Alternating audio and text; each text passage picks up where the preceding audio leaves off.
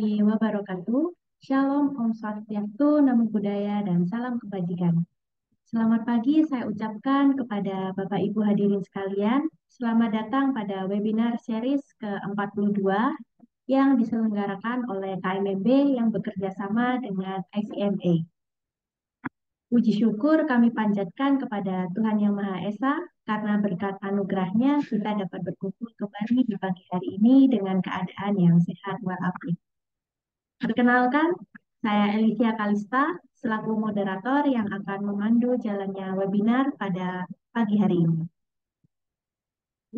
Pada webinar sebelumnya telah dibahas mengenai perubahan paradigma dari pendekatan command and control yang kaku dan berbasis kontrol hierarkis menuju strategic learning yang berfokus pada pembelajaran berkelanjutan dan adaptasi strategis. Untuk itu, pada webinar kali ini akan membahas mengenai pentingnya penerapan balance scorecard sebagai kerangka utama dalam sistem manajemen. Baik, untuk sebelum mulai webinar, saya ingin menyapa kepada pemateri kita pada webinar kali ini. Untuk materi pertama ada Bapak Andri. Selamat pagi, Bapak Andri. Selamat pagi, Bu Elisha. Apa kabar? Pak Andri sehat ya, Pak? Alhamdulillah, baik. Jadi untuk selanjutnya untuk materi kedua ada Ibu Eva. Selamat pagi Ibu Eva. Halo, selamat pagi Bu Alicia. Gimana Ibu sehat ya? Alhamdulillah sehat. Baik, terima kasih untuk respon-responnya. Tanpa berlama-lama lagi, langsung saja kita ke pemateri pertama, yaitu Mbak Andri, yang akan membawakan materi mengenai dinamika mobilisasi dan strategi sistem manajemen.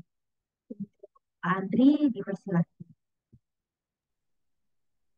Ya, terima kasih Bu Elisha. Selamat pagi Bapak Ibu dan rekan-rekan sekalian. Berjumpa lagi ya kita di Jumat pagi yang ya, Alhamdulillah di Surabaya cerah ini Bapak Ibu. Nah mungkin cuaca di tempat Bapak Ibu ada yang mendung, ada yang cerah ya. Semoga suasana hati kita tetap eh, cerah begitu ya. Baik, sebetulnya kita juga tetap masih melanjutkan dari materi yang sebelumnya ya, Bapak Ibu. Memang kita akan banyak mengupas terkait dengan balance scorecard. Jadi mungkin kalau Bapak Ibu mengikuti dari webinar-webinar sebelum-sebelumnya ya, kita bahas mulai pengertian konsep dari balance scorecard itu seperti apa, kemudian bagaimana balance scorecard ini bisa kita gunakan, bagaimana kita bisa memanfaatkan balance scorecard dalam atau kaitannya dengan kita dalam menyusun rencana pengembangan bisnis kita seperti itu. Nah, semoga Bapak Ibu juga tidak bosan ya karena bahasan kita memang eh, fokus saat ini, topiknya memang fokus, kita coba menggali terkait dengan balance scorecard lebih dalam lagi seperti itu. Jadi sebelum-sebelumnya kita sudah banyak belajar konsepnya nih, Bapak Ibu. Kita sudah banyak belajar konsep terkait dengan balance scorecard dari pengertiannya hingga ke komponen-komponennya. Nah, Bapak Ibu ingat mungkin kita di webinar sebelumnya sempat membahas fokus pada financial perspective.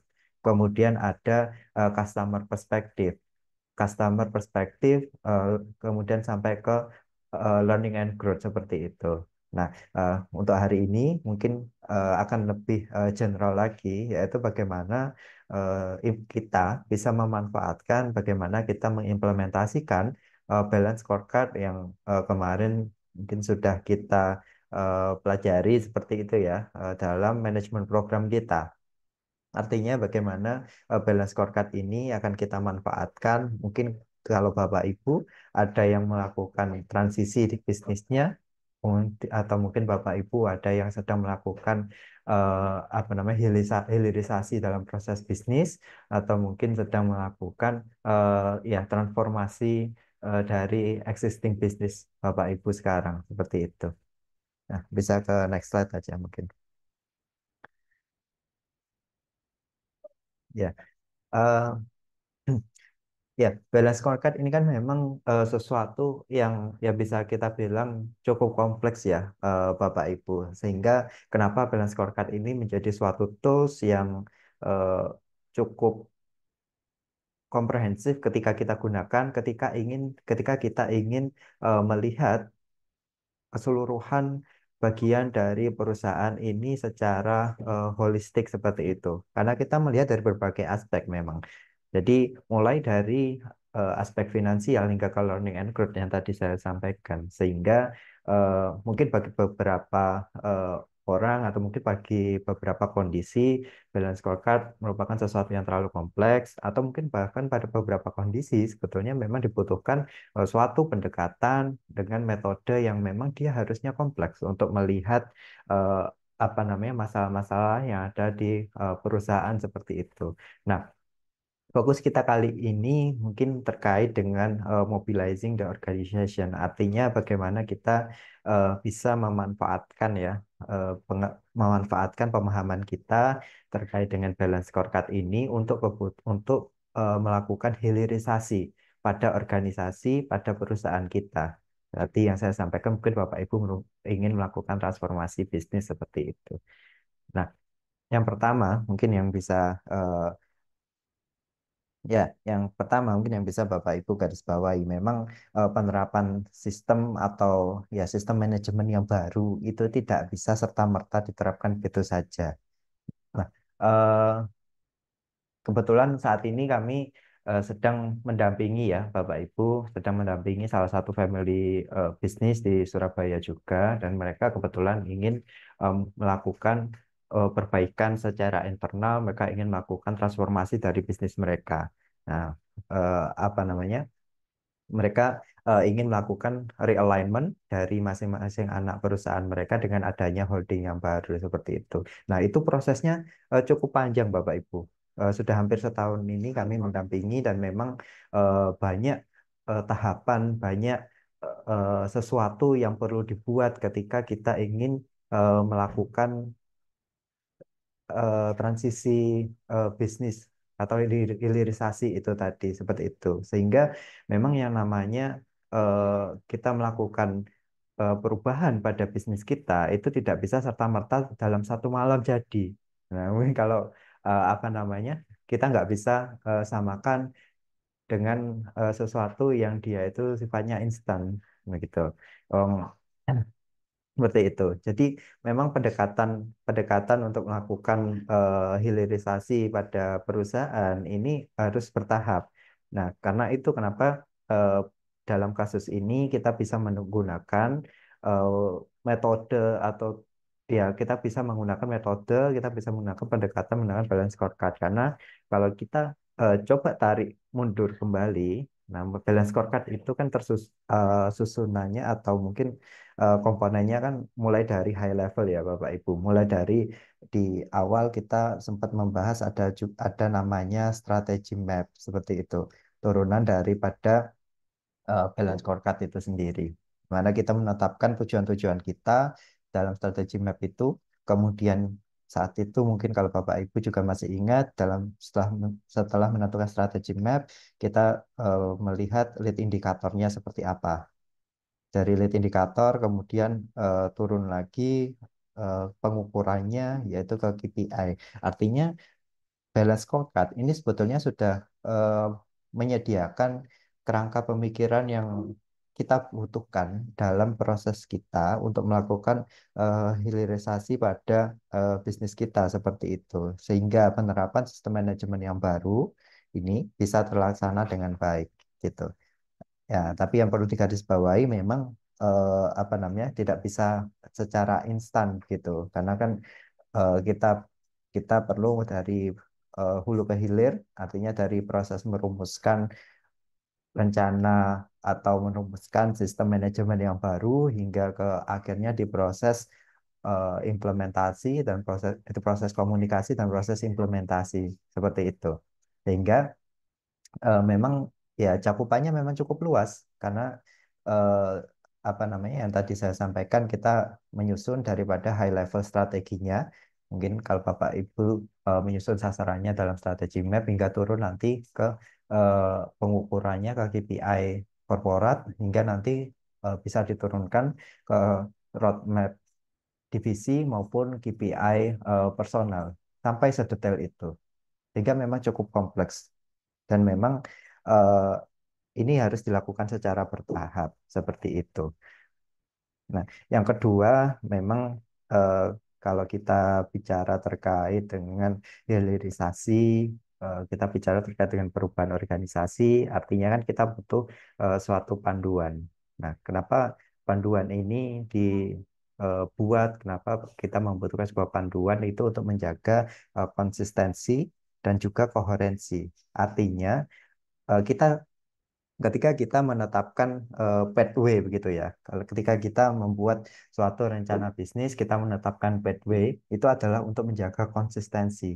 Sehingga kalau mungkin diibaratkan seperti ini, Bapak Ibu itu sedang membangun jalan. Ketika Bapak Ibu sedang menyusun rencana bisnis, Bapak Ibu sedang membangun jalan yang itu nanti akan jadi rute kita dalam berjalan atau berlari seperti itu. Sehingga ketika proses kita berlari, kita bisa konsisten menuju ke tujuan atau sasaran kita. Jadi tidak belok ke kanan ke kiri seperti itu ibaratnya.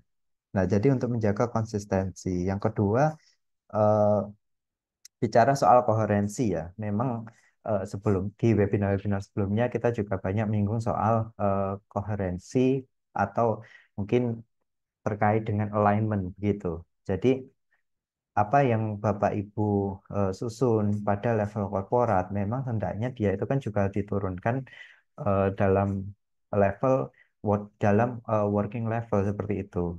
Nah, turunan daripada mungkin kalau saya ambil satu contoh, mungkin KPI gitu ya, atau mungkin roadmap perusahaan, milestone perusahaan untuk 5 tahun ke depan. Ketika kita menyusun milestone perusahaan untuk 5 tahun ke depan dan dia diturunkan dalam milestone divisi, di situ harus ada koherensi. Jadi ketika perusahaan berencana di 5 tahun ke depan ingin menembus pasar Asia, artinya ketika roadmap turunan di level divisi, ya mereka harus koheren dan mereka sifatnya supporting. Artinya ketika perusahaan ingin berjalan ke utara, setiap elemen yang ada di bawahnya juga harus ke utara. Nah, ibaratnya seperti itu. Dan ini memang kalau kita bicara perubahan, itu harus didukung dengan komunikasi yang konsisten. Ah, tadi juga saya sampaikan mungkin di awal sebagai contoh, kami sedang mendampingi salah satu family business di Surabaya. Nah, memang komunikasi yang konsisten ini juga jadi salah satu kunci dalam proses kita melakukan hilirisasi pada bisnis kita, hilirisasi di perusahaan seperti itu. Karena selama proses perubahan ini terjadi, pasti akan ada banyak elemen dalam organisasi itu dia yang em, terkena dampak. Artinya, ketika kita melakukan atau ketika kita menyusun panduan baru, nah, otomatis kita harus mengkomunikasikan secara konsisten. Mungkin ada target-target baru, kita punya tujuan baru di perusahaan. Nah, itu harus dikomunikasikan secara konsisten, mulai dari top level, middle level, hingga ke bottom level, hingga ke working levelnya, seperti itu. Nah, balance scorecard ini mungkin juga bisa menjadi kerangka utama ya, yang kita gunakan untuk menjaga konsistensi atas perubahan di organisasi yang sedang kita lakukan. Memang apa namanya? Ya, banyak sekali contoh-contoh perusahaan yang telah melakukan hilirisasi dari bisnis mereka seperti itu ya. Mungkin Bapak Ibu juga banyak yang sudah familiar beberapa tahun lalu di tahun lalu ya kalau nggak salah saya ingat juga PT POS juga melakukan transformasi dari bisnis mereka yang mungkin Bapak Ibu kenal. PT Pos awalnya hanya sebatas kirim-kirim surat, kirim-kirim paket, kirim-kirim dokumen gitu ya. Nah, sekarang sudah ada super app-nya gitu. Mereka melakukan transformasi digital, mereka membuat super app eh, ma- namanya My Post atau Postpay ya, namanya Postpay super app. Jadi di sana akan lebih banyak lagi. Jadi Bapak Ibu tidak hanya bisa kirim-kirim surat, kirim-kirim barang saja sekarang di pos, tapi bisa melakukan transaksi-transaksi pembelian seperti pembelian emas dan lain sebagainya seperti itu. Nah, kemudian kalau kita bicara eh, apa namanya implementasi dari balance scorecard ya, memang langkah-langkah implementasi ini sebetulnya jadi suatu kunci juga ya. Artinya kita juga perlu untuk memahami sebetulnya seperti apa tahapan-tahapan kita dalam mengimplementasikan susunan rancangan kita dalam balance scorecard seperti itu. Nah, mungkin di webinar-webinar sebelumnya juga kita sedikit banyak menyinggung soal langkah-langkah implementasi ini ya, Bapak Ibu. Jadi mulai dari memperjelas visi dan strategi perusahaan, artinya secara komunikasi ya dari visi yang sudah kita susun sebagai sebagai tujuan kita mungkin untuk 5 tahun, 10 tahun mendatang itu memang harus diperjelas. Artinya selama proses komunikasi ya selama proses komunikasi dari visi kita itu kita juga harus menyampaikan secara jelas kalau kita menyatakan kita akan menjadi perusahaan perusahaan eh, mungkin perusahaan manufaktur terdepan di Indonesia. Nah, terdepan ini ukurannya apa? Begitu. Apakah dari segi market share, apakah dari segi pendapatan yang lebih tinggi daripada kompetitor-kompetitor kita atau seperti apa? Nah, artinya ada eh, sesuatu ya, ada satu, dua, atau bahkan lebih beberapa aspek yang kita bold dan underline untuk memperjelas visi kita. Nah, mungkin di beberapa holding ketika dalam penyusunan RJBP ini juga sudah eh, memberikan statement terhadap visi mereka ya terkait dengan tujuan-tujuan organisasi. Nah, ini ukurannya yang ingin dicapai seperti apa? Kayak tadi yang saya sampaikan ada pendapatan, mungkin market share, kemudian mungkin dari sisi produksinya sekian dan lain sebagainya, macam-macam. Tapi yang perlu digarisbawahi adalah hal-hal itu untuk memperjelas visi dan strategi perusahaan yang memang akan jadi eh, tujuan atau sasaran kita seperti itu. Nah, yang kedua, tadi saya sampaikan juga mengkomunikasikan strategi perusahaan. Artinya, ketika kita sudah menyusun kerangka visi dan juga strategi perusahaan, adalah bagaimana kemudian kita mengkomunikasikan. Nah, bagaimana kita mengkomunikasikan strategi perusahaan ini mulai dari top level perusahaan hingga ke bottom level atau working levelnya perusahaan seperti itu. Nah, ini jadi sesuatu yang krusial. Eh, di artinya ketika di organisasi di perusahaan Bapak Ibu ada satu level saja yang dia tidak memahami, yang dia tidak dia tidak memahami arah pengembangan perusahaan yang sudah ditetapkan, kemudian dari level tersebut mungkin eh, dia apa namanya terkait dengan dia sifatnya kemudian tidak supporting. Artinya ketika perusahaan ingin let's say dia ingin mencapai pendapatan sekian T, sekian triliun. Kemudian dari divisi pemasarannya dia tidak memahami visi dan juga strategi perusahaan untuk mencapai pendapatan yang sekian T tadi. Oh, otomatis tidak akan jalan Bapak Ibu. Sehingga yang tadi saya sampaikan terkait dengan koherensi, ketika kita melakukan turunan gitu ya, ketika kita melakukan komunikasi untuk menurunkan visi dan juga strategi dari level perusahaan pada setiap elemen di bawahnya ini harus selaras, harus koheren seperti itu. Nah, jadi tahapan komunikasi ini memang sangat penting seperti itu. Nah, selanjutnya adalah bagaimana kita meluncurkan inisiatif strategis yang ya mungkin sifatnya bisa lintas bisnis, begitu. Jadi, eh, setelah kita melakukan komunikasi tadi ya, terkait dengan visi dan juga strategi perusahaan. Nah, kita juga perlu mungkin bahasanya meluncurkan ini cukup menarik ya, meluncurkan inisiatif strategis. Artinya kita harus eh, apa namanya? Kita juga harus membuat namanya inisiatif strategis. Aktivitas apa yang perlu kita lakukan dalam rangka untuk pencapaian visi dan juga tujuan perusahaan seperti itu. Nah, kemudian yang keempat yaitu memastikan bahwa setiap SBU ini menyusun strategi yang selaras dengan perusahaan. Nah, ini juga kaitannya dengan koherensi tadi seperti itu. Jadi memang gini Bapak Ibu, kalau kita bicara soal hilirisasi organisasi tadi ya, kita bicara soal transformasi bisnis. Nah, memang tantangannya akan in practice ya, yang umumnya kami temui dalam proses perubahan pada bisnis ini memang akan mengalami banyak tantangan dan prosesnya cenderung lama. Beberapa yang kami temui demikian. In practice demikian. Jadi selain prosesnya lama, banyak tantangan, dan ini juga harus dilakukan bertahap.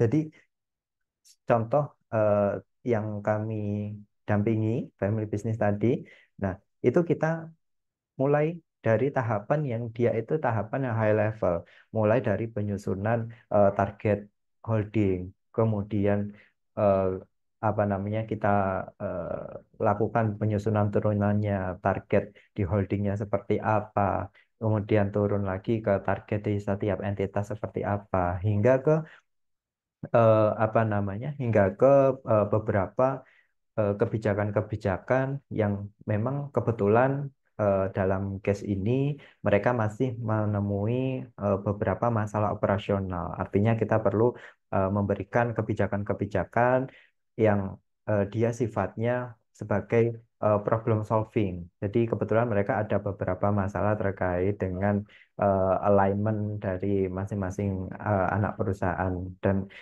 apa namanya proses sinergi dari masing-masing anak perusahaan. Jadi kita memberikan kebijakan itu supaya yang di ranah operasional terkait dengan sinergi masing-masing entitas ini mereka juga bisa selesai seperti itu. Nah, banyak sekali tantangannya dan mungkin tantangan ini juga pasti akan bervariasi ya tergantung dari bisnis Bapak Ibu eh, terkait dengan entah itu arah pengembangannya atau mungkin kondisi dari bisnis Bapak Ibu saat ini seperti apa begitu.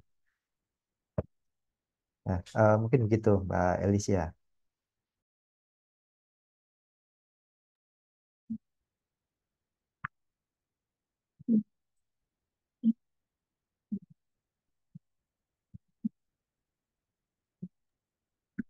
Ini penting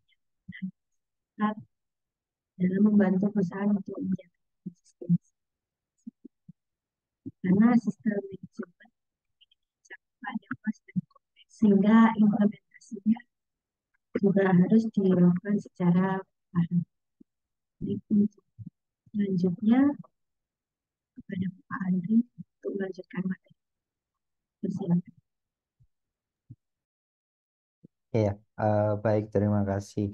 Nah, mungkin kalau tadi ya mungkin kalau tadi kita banyak bicara soal bagaimana memanfaatkan gitu ya, bagaimana memanfaatkan dari balance scorecard-nya itu sendiri, kerangkanya, mungkin proses berpikirnya dalam kaitannya kita melakukan hilirisasi dan juga perubahan pada organisasi. Nah, kemudian mungkin kalau kita fokuskan secara tahapan sebetulnya bagaimana sih kita dalam mengimplementasikan balance scorecard ini pada strategic management system seperti itu. Nah, kalau yang Bapak Ibu lihat ini ada paling tidak sekiranya ada 10 tahapan ya Bapak Ibu dalam proses implementasi kerangka balance scorecard ini. Nah, mungkin kalau di Bapak Ibu perhatikan di sini ada translating the vision, kemudian communication and thinking, business planning, dan juga feedback and learning. Nah, ini kan kalau Bapak Ibu mengikuti ya, kalau Bapak Ibu mengikuti webinar-webinar seri sebelumnya, ini kan adalah sesuatu yang jadi topik ya, yang jadi topik bahasan di webinar-webinar sebelumnya.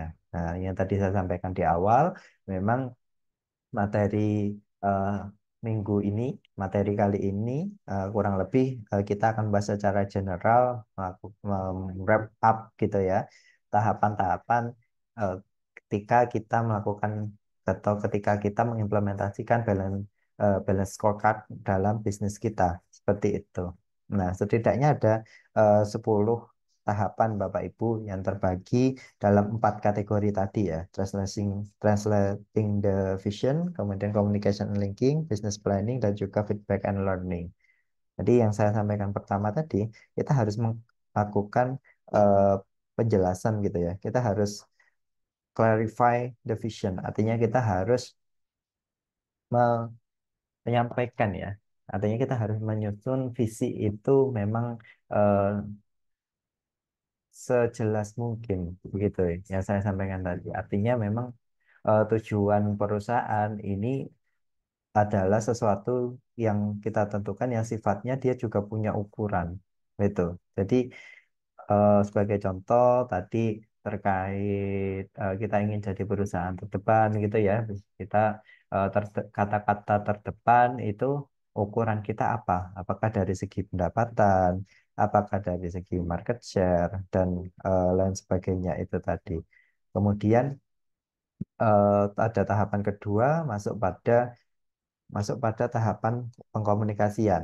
Jadi memang kalau kita bicara hierarki ya, kita bicara struktur organisasi, umumnya ketika sesuatu yang kita susun pada level perusahaan itu sudah cukup clear dirasa.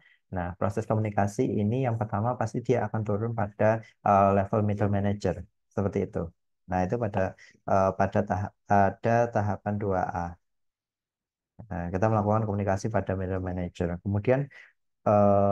Kemudian bagaimana sih ketika eh, sesuatu itu sudah dilakukan komunikasi pada level middle management. Nah, kemudian kita masuk pada kategori business planning, yang mana pada 3A ini ya, kita melakukan eliminasi pada non-strategic investment. Jadi iya, kita melakukan eliminasi pada non-strategic investment. Jadi mungkin tidak semua ya, kadangkala memang tidak semua yang telah kita susun sebelumnya itu bisa di atau perlu diimplementasikan seutuhnya. Nah, artinya kan kita di sini juga ada proses gitu ya. Ada beberapa proses yang kita lakukan terkait dengan review. Itu ada di feedback and learning yang kita bahas di pertemuan sebelumnya. Nah, jadi kadangkala memang kita harus mengeliminasi sesuatu atau rencana-rencana yang dia sifatnya non-strategic investment seperti itu. Nah, eh, ya tujuannya tentu saja untuk itu ya terkait dengan efisiensi dan juga efektivitas rencana kita. Kadangkala memang ada beberapa eh, ada beberapa kasus di mana ternyata yang sudah kita canangkan itu ternyata setelah kita kaji kembali dia kurang efisien atau dia kurang efektif dalam rangka pencapaian tujuan perusahaan seperti itu. Kemudian pada tahapan keempat kita melakukan review ya pada bisnis unit scorecard kita. Tadi yang saya sampaikan dan juga mungkin yang dibahas pada webinar seri sebelumnya. Nah, proses review ini akan dilakukan berkala. Artinya kita akan melakukan review mungkin setelah apa namanya setelah scorecard itu dikomunikasikan pada middle manager tadi, kemudian kita melakukan eliminasi pada non-strategic investment. Nah, kemudian kita akan melakukan review pada business unit scorecard seperti itu. Nah, proses review ini juga tidak hanya sekali ya, mungkin ada 2 kali atau bahkan lebih sebelum kita benar-benar bisa mengimplementasikan atau benar-benar kita bisa atau kita bisa menuju pada tahapan akhir dalam proses implementasi scorecard, yaitu melakukan linking atau kita melakukan eh, tadi ya terkait apa namanya kita mengkaitkan gitu ya. Kita mengkaitkan dari level dari working level target-targetnya hingga ke target-target yang dia yang jadi target perusahaan seperti itu. Mungkin eh, kemudian dari step 4 kita melakukan ya yang kita masuk pada step kelima yaitu refine the vision. Artinya kadangkala memang in practice, mungkin Bapak Ibu juga pernah mendapati, ternyata setelah kita melakukan review pada business unit atau kita melakukan review pada rancangan strategis kita, ternyata ada beberapa poin terkait dengan tujuan organisasi yang perlu di-refine. Nah, ya kalau apa namanya dirubah itu cukup ekstrim ya, tapi kadangkala memang beberapa kasus kami pernah menemui demikian hingga ke tahapan visi itu perlu dirubah atau perlu di restatement seperti itu. Namun kalau memang tidak ada concern khusus terkait dengan perubahan arah pengembangan organisasi, nah cukup mungkin dilakukan refine pada visi yang sudah ditetapkan sebelumnya. Kemudian masuk ke tahapan keenam, yaitu bagaimana kita mengkomunikasikan balance scorecard ini pada setiap level, pada setiap elemen dalam organisasi. Nah,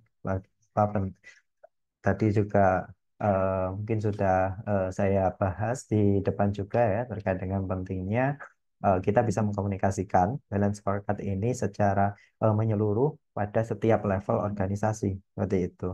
Masuk ke tahapan ke-8. Ya, masuk ke tahapan ke 7 ya, sorry, masuk ke tahapan ke-7. Nah, mungkin terkait dengan business planning ini sebetulnya adalah sesuatu yang dia itu sifatnya regular schedule, seperti itu.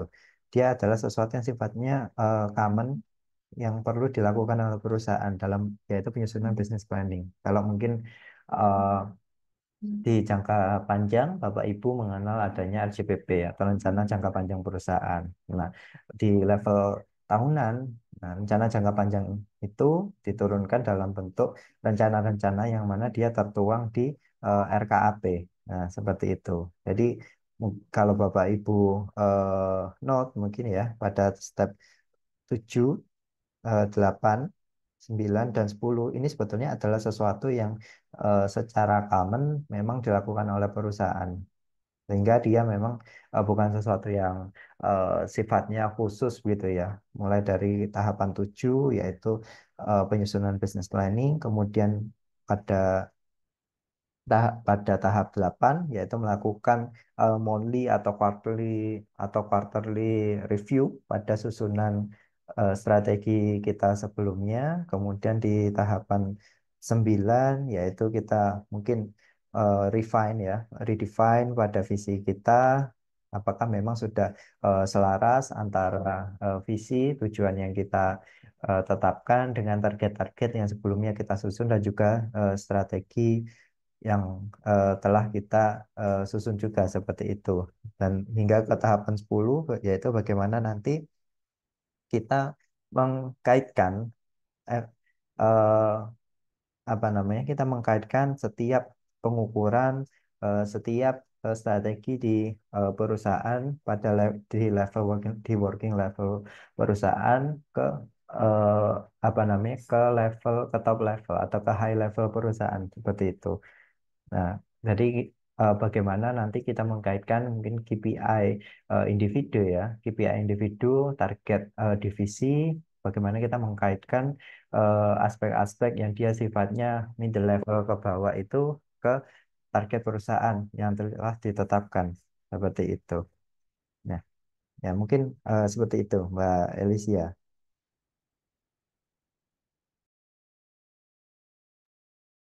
Jadi, saya ucapkan terima kasih banyak kepada Bapak Andri atas pemaparan materi terkait strategi sistem manajemen yang sangat informatif mengenai pentingnya penggunaan strategi sistem manajemen tersebut. Selanjutnya, izinkan saya memberikan highlight dari materi yang telah diberikan Pak Andri, yang menekankan pentingnya balance scorecard membantu perusahaan untuk perjelas visi, mengaplikasikan strategi, meluncurkan inisiatif unit bisnis, serta memastikan keselarasan strategi di seluruh unit bisnis. Salah satu studi kasus sukses dari penerapan balance scorecard yang tadi adalah kantor pos, di mana dampak positif terlihat jelas dalam menjaga konsistensi perubahan.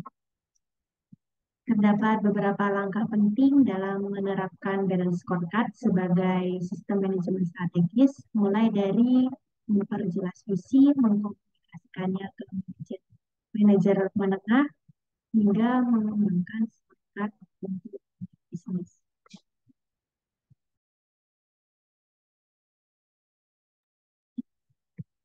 Sebelum melanjutkan ke pemateri berikutnya, mari kita break sebentar untuk menyegarkan pikiran kita kembali. Di sini, Bapak Ibu, kami persilakan apabila ingin menambah makanan ataupun minuman untuk menemani saat webinar selanjutnya. Dan selagi Bapak Ibu mempersiapkan diri untuk sesi webinar selanjutnya, terdapat beberapa poin yang ingin saya sampaikan. Yang pertama, saya mengingatkan kepada Bapak dan Ibu yang belum mengisi absensi kehadiran, silakan mengisi link absensi kehadiran yang telah dikirim oleh tim KMMB melalui kolom Zoom. Dikarenakan sertifikat akan dibagikan setelah Bapak Ibu mengisi link absensi tersebut. Dan terdapat link untuk bergabung pada WhatsApp grup KMMB Webinar Series, yang tentunya sertifikat akan dibagikan melalui WhatsApp group. Selanjutnya, kepada Bapak dan Ibu yang memiliki pertanyaan maupun pendapat yang ingin didiskusikan terkait materi kali ini, silakan tulis di kolom chat Zoom. Dikarenakan pada akhir sesi webinar nanti akan diadakan sesi tanya jawab dan akan diambil pertanyaan-pertanyaan teratas. Dan bagi Bapak Ibu mungkin ingin mengikuti webinar seri selanjutnya, silahkan registrasi pada webinar seri ke-43 terkait Creating the Strategy Focus Organization yang akan dimoderator oleh Ibu Duma Angel dengan Bapak Muhammad Batowi dan Ibu Prismalia sebagai pemateri. Tentunya materi yang akan dibahas pada webinar dari selanjutnya akan berkorelasi dengan dan seterusnya. Webinar series ke-43 akan diselenggarakan pada hari Jumat tanggal 1 November 2024 pukul 9 pagi. Jadi langsung saja Bapak Ibu registrasi atau mendaftarkan diri pada link yang telah disediakan.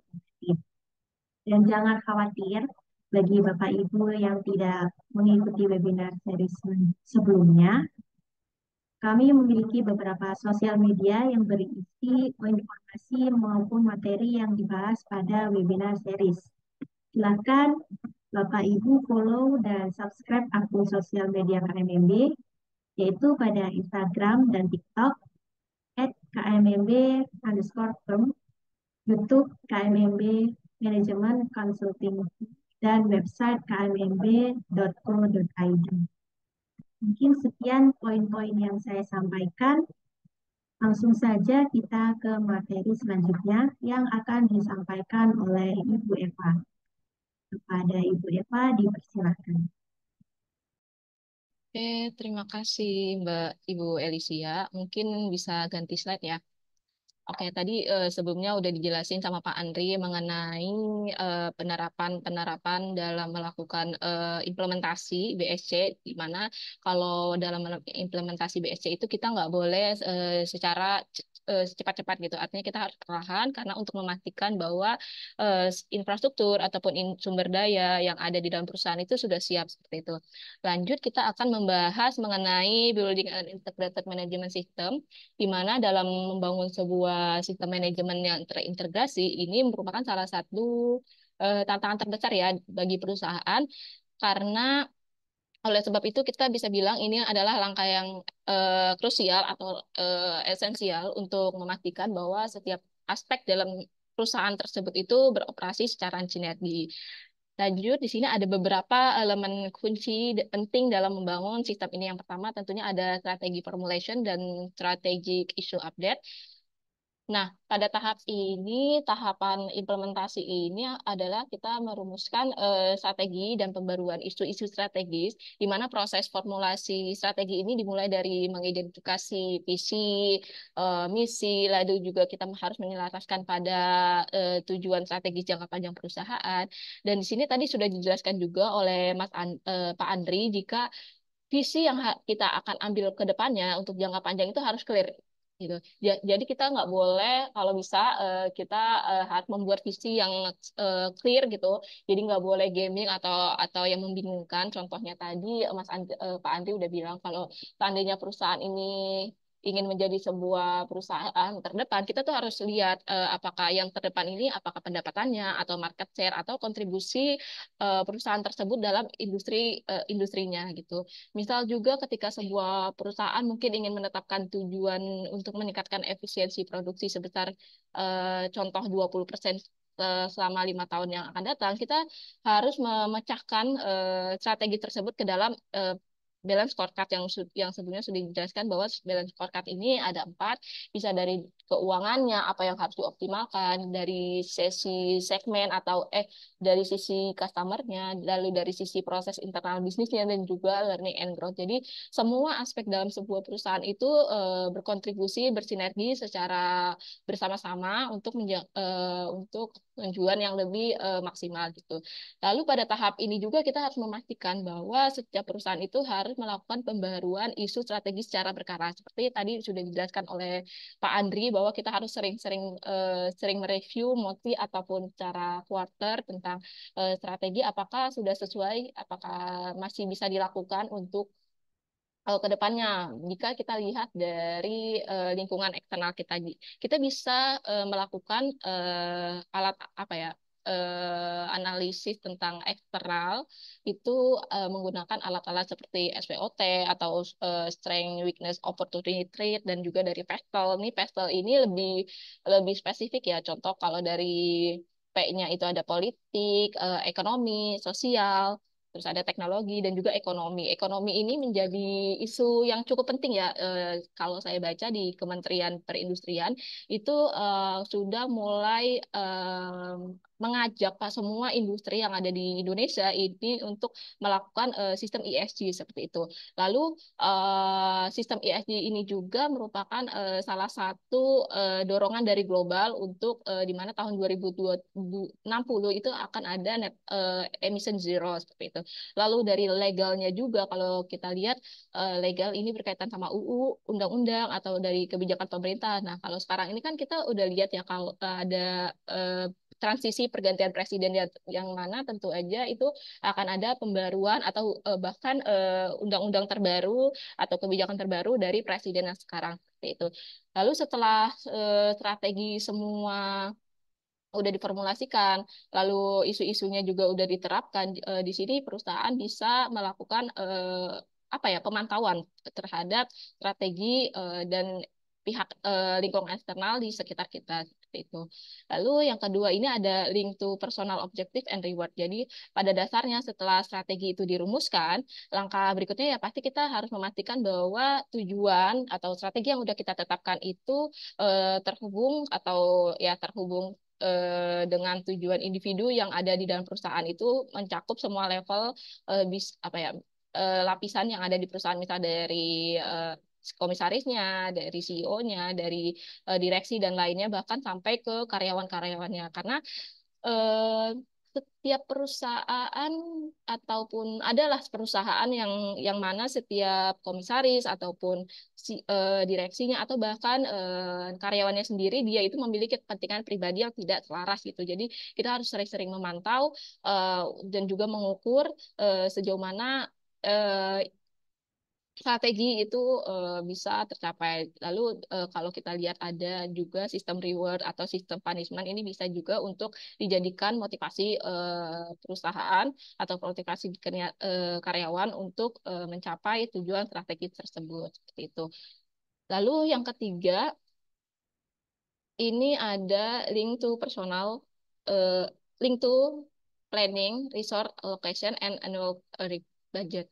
Jadi setelah strategi itu dirumuskan, penting kita untuk memastikan bahwa perencanaan operasional, alokasi sumber daya, ataupun ada anggaran tahunan itu disesuaikan dengan prioritas strategi perusahaan. Seperti yang tadi sudah dijelaskan oleh Pak Andri, bahwa ada namanya roadmap korporasi, ada roadmap operasional atau divisi setiap operasional tersebut. Jadi eh, strategi ini harus dalam bentuk dokumen atau ada bukti fisiknya supaya kita bisa menjadikan itu sebagai tujuan kita. Selalu ada juga alokasi sumber daya termasuk anggaran, waktu, tenaga kerja dan lainnya itu harus disesuaikan dengan prioritas strategi kita. Yang mana dari misal kalau seandainya perusahaan ini baru contoh ya, ini perusahaan dia baru pulih dari COVID kemarin, ternyata dia harus melakukan strategi-strategi yang setidaknya itu harus selaras dengan tujuan perusahaan. Jadi jangan sampai perusahaan itu harus melakukan diferensiasi segmen, padahal dia baru pulih dari COVID seperti itu. Jadi yang harus dilakukan oleh perusahaan bisa aja kita harus memperkuat segmen tersebut untuk memastikan kalau seandainya memang sudah kuat, mungkin kita bisa melakukan diferensiasi segmen tersebut.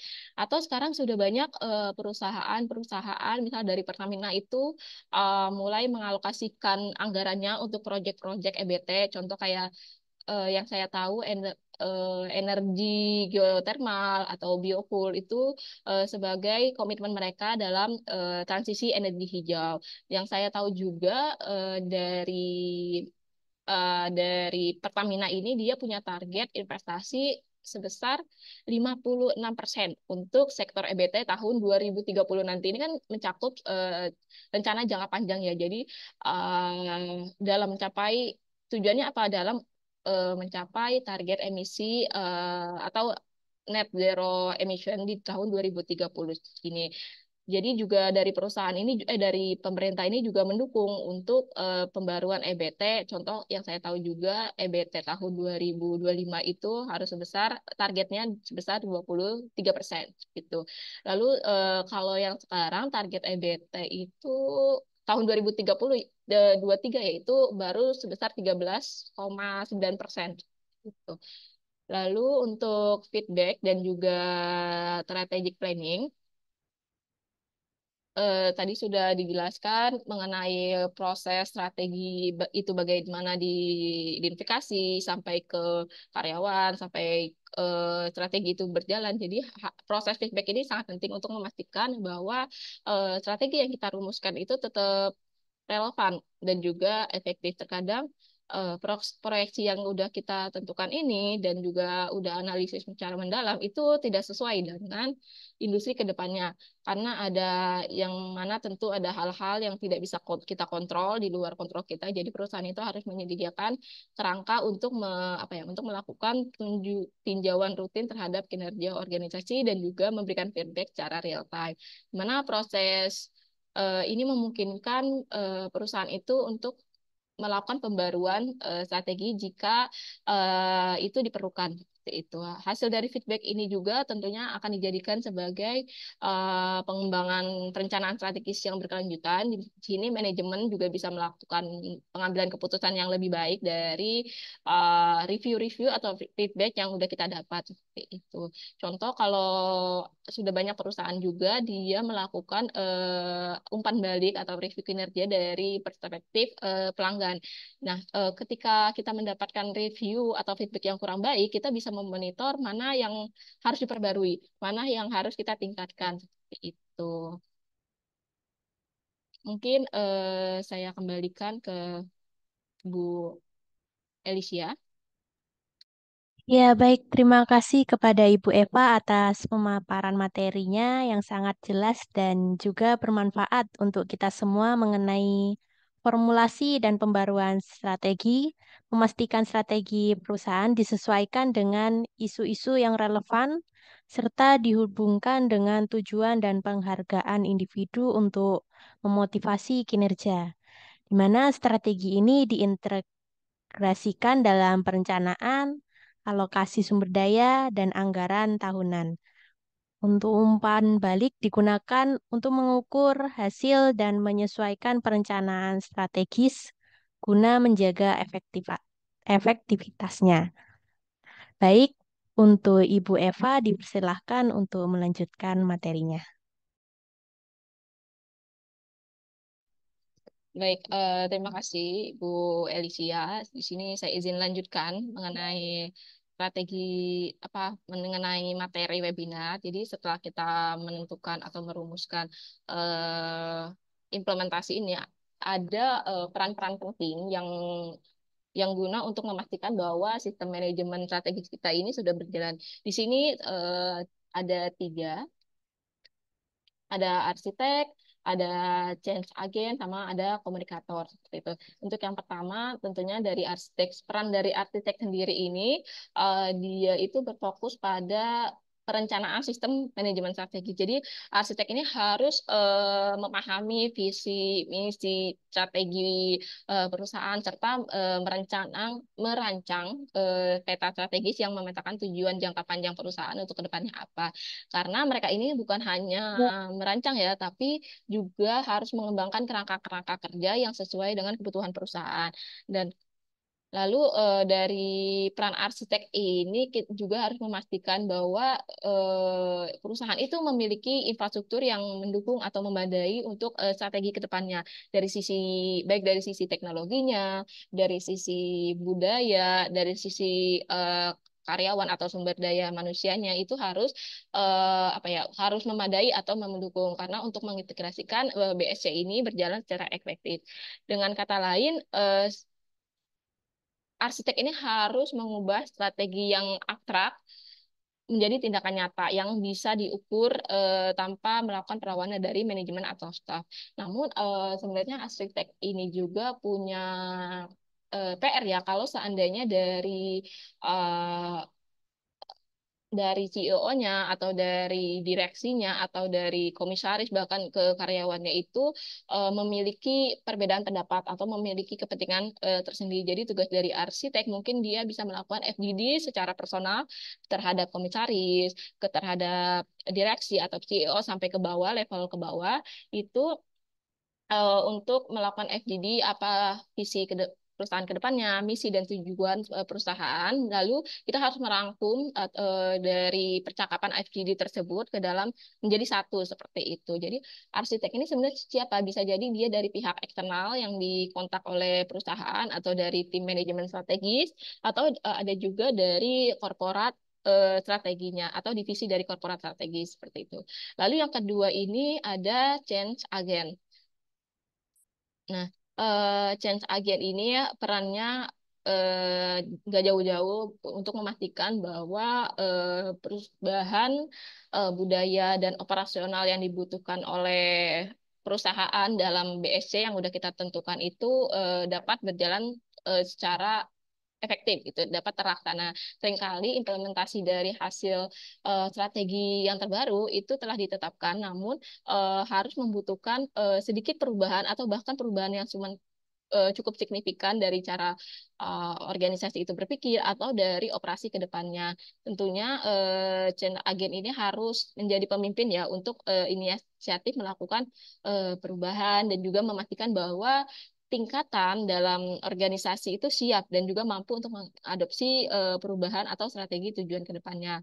Di sini mereka juga harus mendukung komunikasi tentang manfaat ataupun dampak dari perubahan dan juga memberikan pelatihan dan dukungan untuk ke depannya seperti itu. Lalu di sini juga contohnya ada dari Goto yang kita tahu Goto ini adalah perusahaan hasil merger dari Gojek dan juga Tokopedia. Jadi di situ tuh ada tim transformasi digital yang mana perannya itu untuk agen perubahan yang membantu perusahaan itu untuk beradaptasi dengan model bisnis yang terbaru atau model bisnis yang lebih digital dan kolaboratif yang diperlukan untuk pertumbuhan ekosistem dan layanan digital mereka seperti itu. Lalu yang ketiga ini komunikator ya. Pada dasarnya peran komunikator ini ya tentunya untuk menyebarkan informasi terkait strategi atau kinerja perusahaan ke depannya. Di sini komunikator itu berfungsi untuk menjembatani antara high level atau manajemen puncak ke seluruh organisasi seperti itu.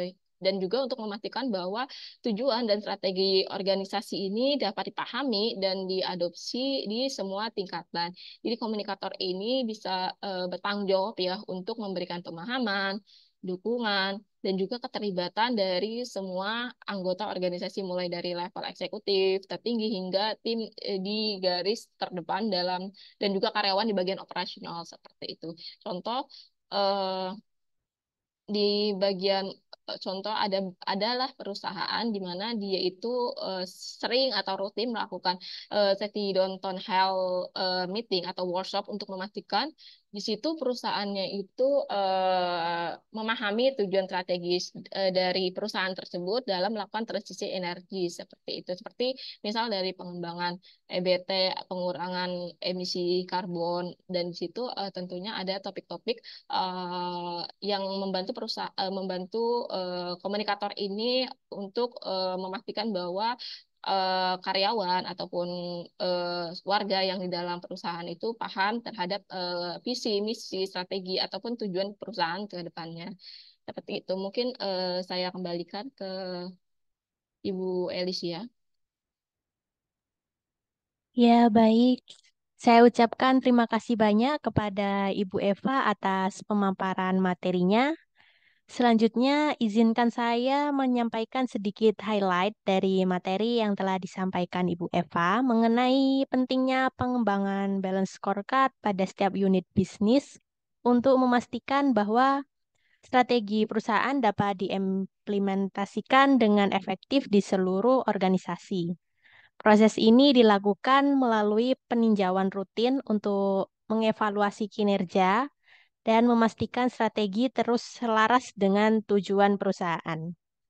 Integrasi sistem manajemen strategis juga ditekankan dalam 4 aspek utama, yaitu formulasi strategi dan pembaruan isu-isu strategis, penghubungan strategi dengan tujuan dan penghargaan individu, integrasi strategi ke dalam perencanaan, alokasi sumber daya, serta anggaran tahunan.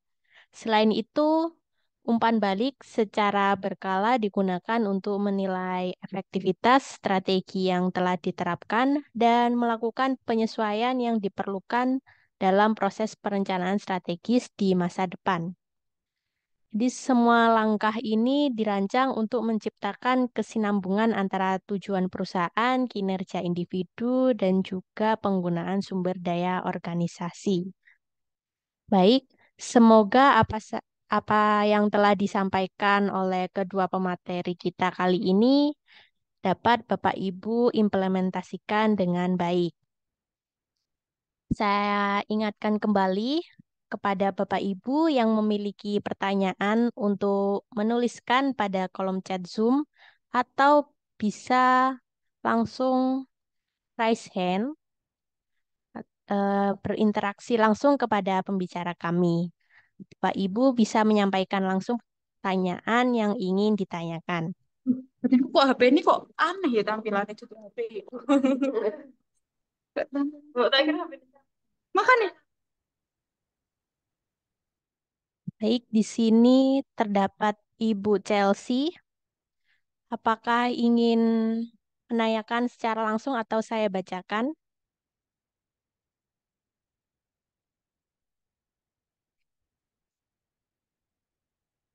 Baik, saya bacakan untuk pertanyaan dari Ibu Chelsea, mohon maaf. Sekarang di industri yang semakin berkembang cepat, terkadang ada isu eksternal yang di luar kontrol perusahaan. Untuk pertanyaannya, bagaimana perusahaan tetap bertahan di tengah isu industri yang tengah bergejolak? Terima kasih. Baik, untuk kepada para pemateri dapat menjawab pertanyaan dari Ibu Chelsea, saya persilahkan. Terima kasih. Ya, baik. Terima kasih Bu Chelsea. Mungkin saya izin menjawab terlebih dahulu ya. Jadi mungkin dari Bu Eva ada yang mau ditambahkan juga silahkan. Jadi external issue itu memang adalah sesuatu yang di luar kontrol kita, gitu kan ya. Jadi artinya kita tidak bisa secara langsung memengaruhi atau ikut andil dalam proses terkait dengan isu-isu yang memang dia ada kaitannya dengan perusahaan kita. Nah, kemudian pertanyaannya, bagaimana perusahaan tetap bertahan di tengah isu industri yang tengah bergejolak? Nah, ada beberapa eh, pandangan ya terkait dengan bagaimana cara kita melihat eksternal issue seperti itu. Kalau Bapak Ibu mungkin menggunakan kerangka SBOT sebagai referensi. Nah, jadi external issue kan kita bisa melihatnya sebagai melalui dua perspektif. Apakah kita melihat external issue itu sebagai suatu opportunity bagi bisnis kita, ataukah external issue tersebut menjadi sebuah threat atau sebuah ancaman bagi bisnis kita, seperti itu. Nah, eh, ada dua perspektif itu yang bisa kita gunakan untuk bagaimana kita melihat, memandang external issue tersebut. Kalau sebagai contoh, eh, misal Bapak Ibu merupakan perusahaan yang bisnisnya itu di bidang ekspor impor gitu ya, mungkin Bapak Ibu importir, maka external issue terkait dengan kurs mata uang rupiah ke dolar atau USD itu akan jadi sesuatu yang sangat berdampak pada bisnis Bapak Ibu sekalian. Nah, artinya eh, kurs dolar ini bisa menjadi ancaman ketika eh, posisi rupiah kita memang melemah terhadap dolar, seperti itu.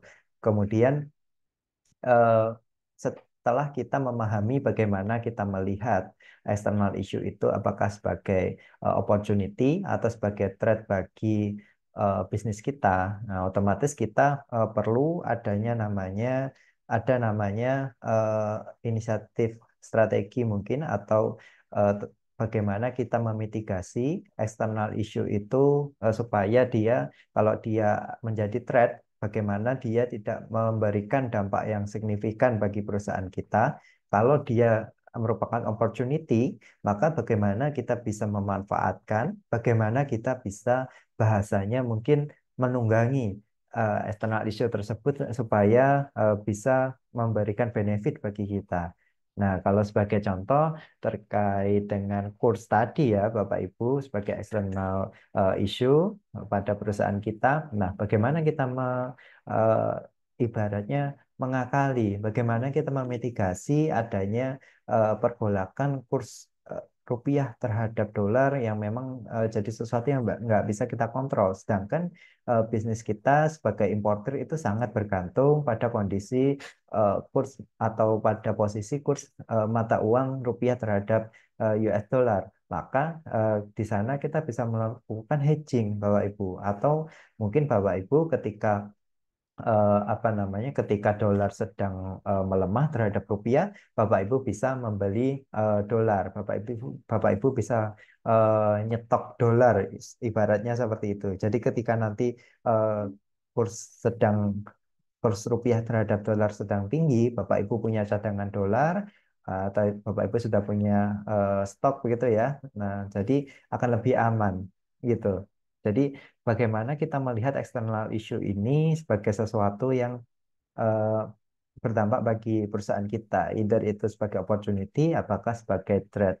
Namun begini Bapak Ibu, external issue ini memang tidak bisa kita ubah secara langsung begitu ya. Namun dalam beberapa kondisi, kadangkala ada beberapa kondisi di mana kita harus bermain secara agresif, mungkin demikian ya. Nah, ini mohon maaf hanya sebagai contoh, mungkin terkait dengan regulasi.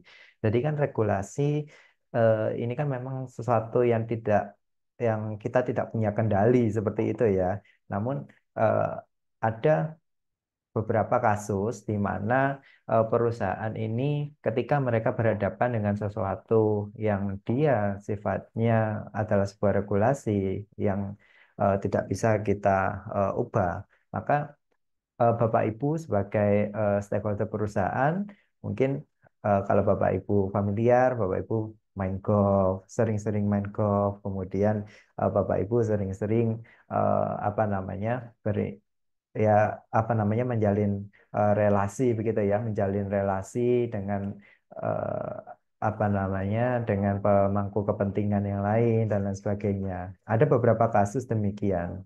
Artinya sebetulnya external issue memang tidak bisa kita eh, ubah atau tidak bisa kita pengaruhi secara langsung, namun dalam beberapa situasi kadangkala sesuatu yang sifatnya dari eksternal ini juga bisa kita pengaruhi dengan beberapa pendekatan yang eh, cukup agresif seperti itu tadi. Tapi balik lagi kalau kita bicara common practice ya Bapak Ibu, common practice ya bagaimana kita melihat isu eksternal tadi itu. Kalau pertanyaannya bagaimana kita bisa beradaptasi dan bertahan pada eksternal issue.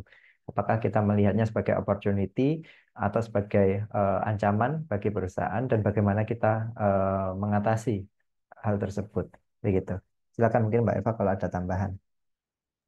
Ya, izin menambahkan dari Pak Andri ya. Jadi seperti yang kita tahu, ketika sebuah perusahaan itu mampu untuk beradaptasi dengan cepat terhadap perubahan industri, itu ya pasti kita nangkepnya dia itu secara aktif mencari inovasi, baik itu dari segi produksi produk baru atau meningkatkan proses bisnisnya dan lainnya yang setara.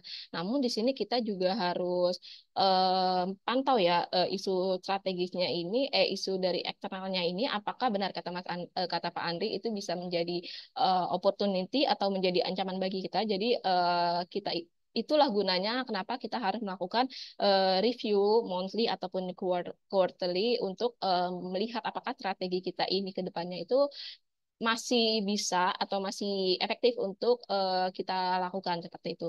Jadi dari kepantau atau review itu kita bisa tahu dari keempat perspektif BSC yang kita tahu itu ada empat, dari segi keuangan, dari segi customer, dari segi eh, proses bisnisnya atau dari learning and growth-nya kita itu bisa memantau dari keempat perspektif itu mana yang perlu kita perkuat atau mana yang perlu kita sesuaikan atau bahkan yang perlu kita ubah total seperti itu. Jadi itulah pentingnya kita untuk pantau isu-isu di luar eksternal, di eksternal tersebut untuk memastikan strategi itu bisa strategi yang udah kita bikin ini, strategi yang udah kita tetapkan ini, apakah masih bisa digunakan atau tidak. Jadi eh, kalau tadi kan kalau Pak Andri itu berbicara tentang korporat ya, atau kalau saya izin menambahkan mengenai UMKM, ini saya melakukan pemantauan di aplikasi TikTok. Ini sudah cukup familiar ya TikTok itu bagaimana. Jadi mostly dari eh, industri F&B ataupun dari contoh dari kopi kenangan itu mereka itu ada perubahan di bagian pemasarannya yang tadinya mereka hanya menyebarkan lewat Instagram atau melalui Twitter dan lain-lain, tapi ternyata di TikTok ini yang cukup berpengaruh seperti itu untuk pendapatan mereka, untuk penjualan mereka seperti itu. Jadi kita harus memantau mana yang harus kita sesuaikan, mana yang harus kita ubah dan mana yang harus kita ubah total gitu. Jadi namun ketika kita masih belum melakukan perubahan, kita bisa melakukan apa ya mitigasi risiko kalau seandainya kita tidak bisa melakukan strategi tersebut atau ketika kita sudah menentukan strategi terbaru, kita juga harus melakukan mitigasi risiko tersebut untuk meminimalkan risiko-risiko yang terjadi ke depannya. Itu. Terima kasih. Ya, baik. Terima kasih kepada para pemateri atas jawaban yang sangat-sangat informatif. Semoga penjelasan yang diberikan bisa menambah wawasan dan memberikan pemahaman yang lebih baik bagi kita semua. Baik, ini terdapat satu pertanyaan dari Ibu Rini. Baik, saya akan bacakan. Sejauh mana implementasi balance scorecard dapat mengatasi risiko bisnis di tingkat corporate? Terima kasih. Baik, kepada para pemateri, saya persilahkan untuk menjawab pertanyaan tersebut. Terima kasih. Ya, terima kasih atas pertanyaannya Bu Rini dan Mbak Elisia. Nah, Sebetulnya sejauh mana sih ya penggunaan balance scorecard ini dapat mengatasi risiko bisnis di tingkat corporate. Nah, mungkin kita bisa kembali sedikit lagi ke apa namanya dari konsep balance scorecard itu sendiri ya. Nah, balance scorecard itu sendiri kan merupakan suatu metode pendekatan yang kita gunakan yang dia sifatnya cukup kompleks. Artinya dalam balance scorecard kita melihat dari perspektif keuangan, kita melihat dari perspektif customer dan pasar, kemudian pada internal bisnis prosesnya, dan juga dari segi pengembangan organisasi pada aspek learning and growth. Nah, setiap perspektif ini pasti memiliki turunan pada inisiatif strategis yang nanti kita rumuskan seperti itu ya. Yang nanti kita rumuskan dalam prosesnya kita membuat rencana pengembangan perusahaan. Nah, sedangkan pada kalau kita bicara terkait dengan risiko pada level korporasi ya, risiko pada level korporasi ini dia eh, tentunya dalam kita memetakan risiko ini kan adalah akibat dari aktivitas yang kita rencanakan atau akibat dari setiap aktivitas yang kita tuliskan dalam rencana pengembangan kita kalau kita menggunakan pendekatan balance scorecard itu tadi ya. Nah, sebetulnya eh, penggunaan balance scorecard ini nantinya juga akan memudahkan kita ketika proses identifikasi pada peristiwa-peristiwa risiko yang dia itu sifatnya merupakan turunan dan juga pengembangan dari setiap strategi yang kita eh, tuliskan seperti itu. Karena balance scorecard sendiri itu melihat dari banyak perspektif di perusahaan kita dan itu saya rasa cukup detail. Artinya dari 4 perspektif itu tadi, dari keuangan, pasar, internal bisnis kita, dan juga pengembangan organisasi pada learning and growth, itu saya rasa 4 perspektif itu cukup detail untuk melihat eh, keseluruhan perusahaan kita dari hulu ke hilir. Artinya, sebagai contoh seperti ini. Keuangan itu sebetulnya kalau kita coba telaah lagi, keuangan itu kan merupakan sebuah konsekuensi ya sebetulnya. Ketika sebagai contoh, ketika kita melakukan eh, pengembangan atau ketika kita melakukan perluasan pasar, maka otomatis, of course, secara logika pendapatan kita akan naik. Kalau kita melakukan efisiensi, of course, secara net profit margin, bottom line kita itu juga akan naik. Nah, sehingga keuangan kan sebetulnya merupakan sebuah konsekuensi kalau kita melihat dari setiap aktivitas pada proses bisnis yang kita lakukan di perusahaan seperti itu. Sehingga kerangka pemikiran menggunakan balance scorecard ini sebetulnya sudah cukup membantu kita untuk melihat serangkaian aktivitas, serangkaian proses bisnis dalam perusahaan kita, causality-nya seperti apa. Kalau Bapak Ibu notice juga ya dari materi ketika kita menyampaikan soal strategi map, nah di situ kan ada kausalitas. Artinya dari aktivitas A mempengaruhi aktivitas B maupun dari sasaran A dia akan menjadi pilar dalam pencapaian sasaran B seperti itu. Sehingga kalau kita balik lagi tadi pada concernnya terkait mengatasi resiko bisnis pada tingkat korporasi, nah saya rasa pendekatan balance scorecard ini bisa digunakan sebagai suatu pendekatan untuk melihat resiko pada setiap aspek bisnis di perusahaan, baik pada setiap aspek bisnis perusahaan dan juga setiap eh, apa namanya setiap perspektif di perusahaan seperti itu.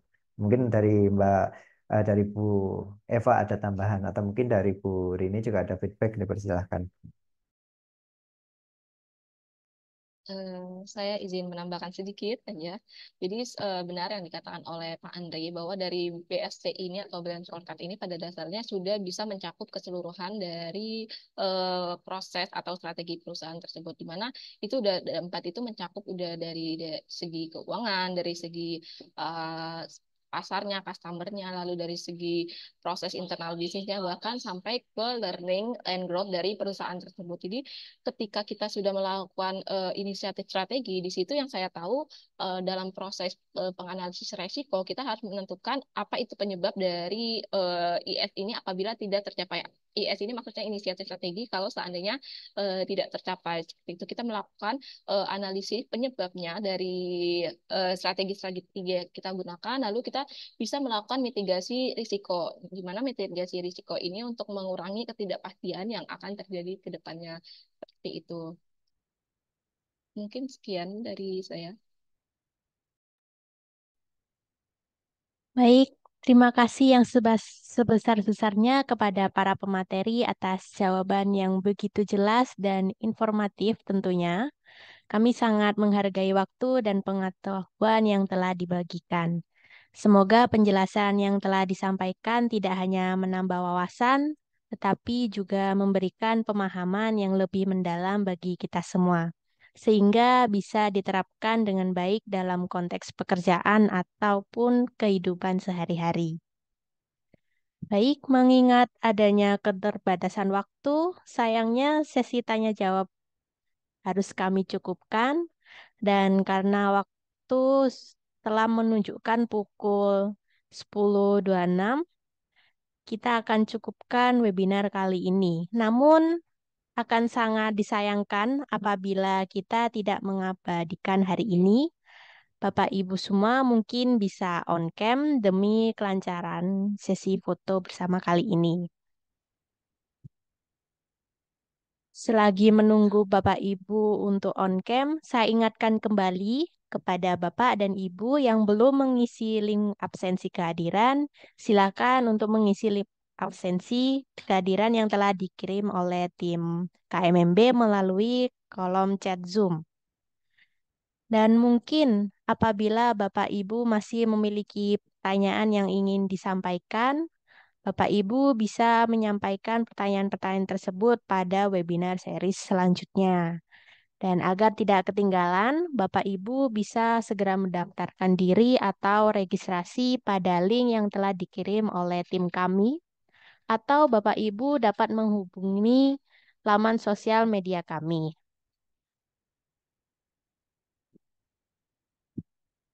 Baik, untuk sesi dokumentasi saya pimpin. Untuk slide pertama saya hitung 1, 2, 3. Untuk slide selanjutnya saya pimpin 1, 2, 3.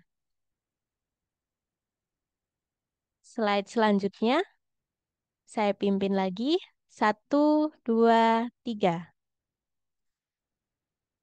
Baik, terima kasih kepada Bapak Ibu dan juga tim yang bertugas. Saya ucapkan terima kasih kepada Bapak Andri dan juga Ibu Eva karena telah berkenan untuk menyampaikan materi dan berdiskusi pada webinar kali ini. Dan terima kasih juga kepada Bapak Ibu yang telah mengikuti webinar kami dari awal hingga akhir.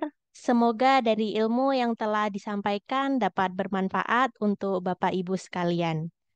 Saya Elisha Kalista selaku moderator pada webinar series kali ini pamit undur diri dan sampai jumpa pada webinar series selanjutnya. Terima kasih. Terima Terima kasih kasih Bapak Ibu. Bapak Ibu. Terima kasih Pak Andri dan juga Bu Alicia. Terima Saya kasih izin Bu Eva. lo, Ya, ya, saya Ibu. izin dulu ya. Ya, terima kasih, Bu Eva.